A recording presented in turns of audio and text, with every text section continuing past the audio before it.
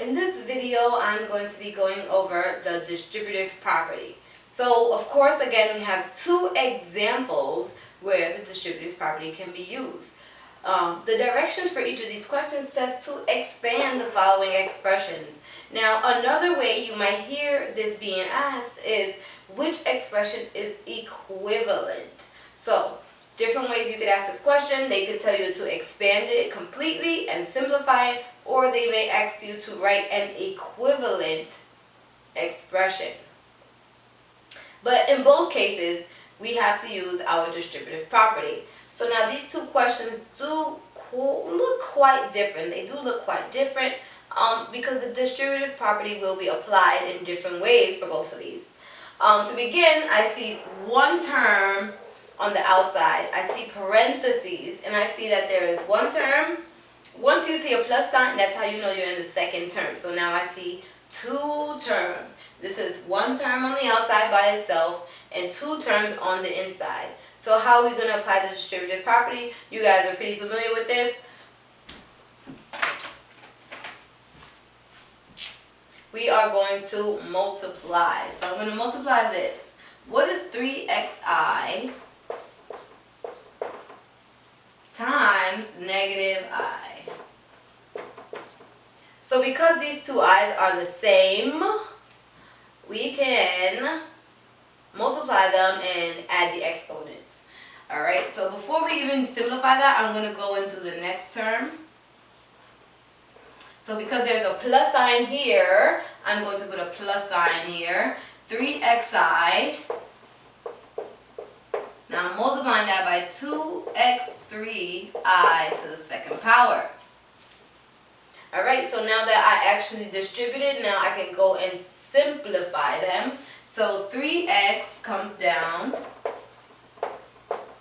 I times, okay, this is negative, so I'll put the negative out there. And I times I is I squared. Does anyone remember what I squared is equal to? I know that this can be simplified, so we'll come back to that in the next step. So let's continue to simplify this. Now 3 and 2 can simplify to give me, oh, don't forget to put the plus sign.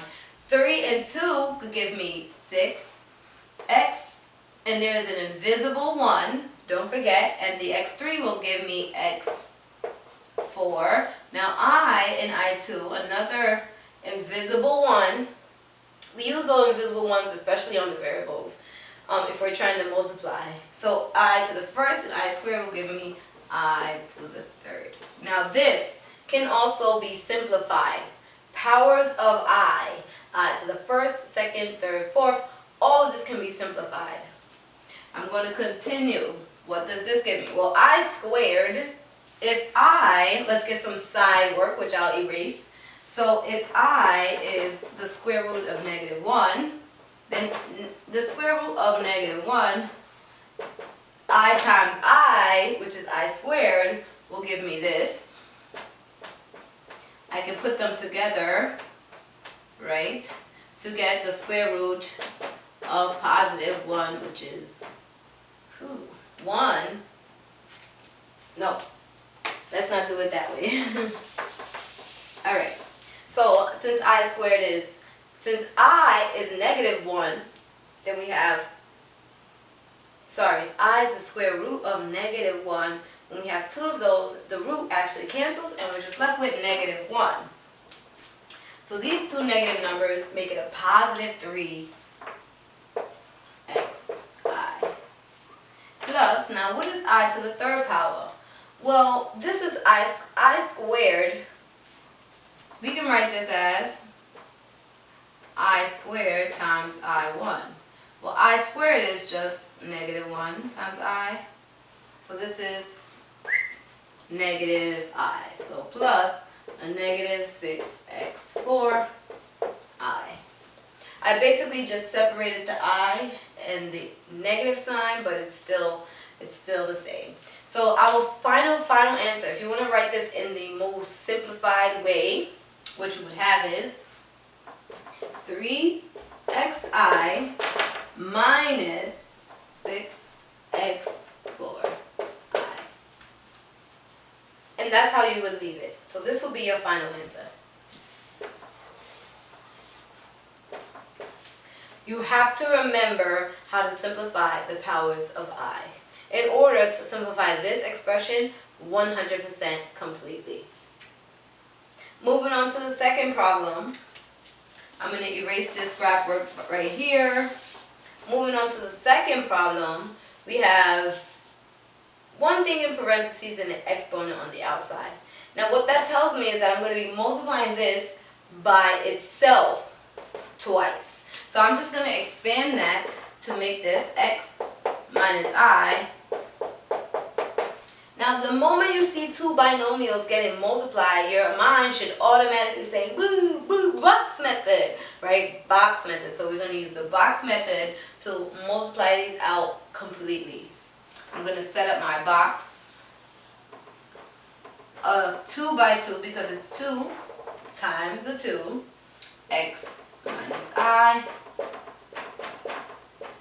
x squared. Now these two boxes together give me negative xi. These give me the same. Now these two, the two negatives cancel and I'm left with a positive I squared. Well, this is actually, remember what we said this is equal to, guys? I squared is negative 1. So when I actually add all these terms together, I get x squared minus xi minus another xi minus 1. Not bad. Alright. So these two are like terms. We can combine them to get x squared minus 2xi. And this is your final answer. So in both of these examples, we see how the distributive property is used in two different ways. And we also see that we had to remember how to simplify the powers of I. Try not to forget that. I always break it down into chunks of I squared terms because I squared, we know already that I squared is equal to negative 1. So because of that, we can use that fact to break down any power of I into 2, and so on and so forth. If you have any questions, reply to this email or ask me in class tomorrow, and good luck with the distributive.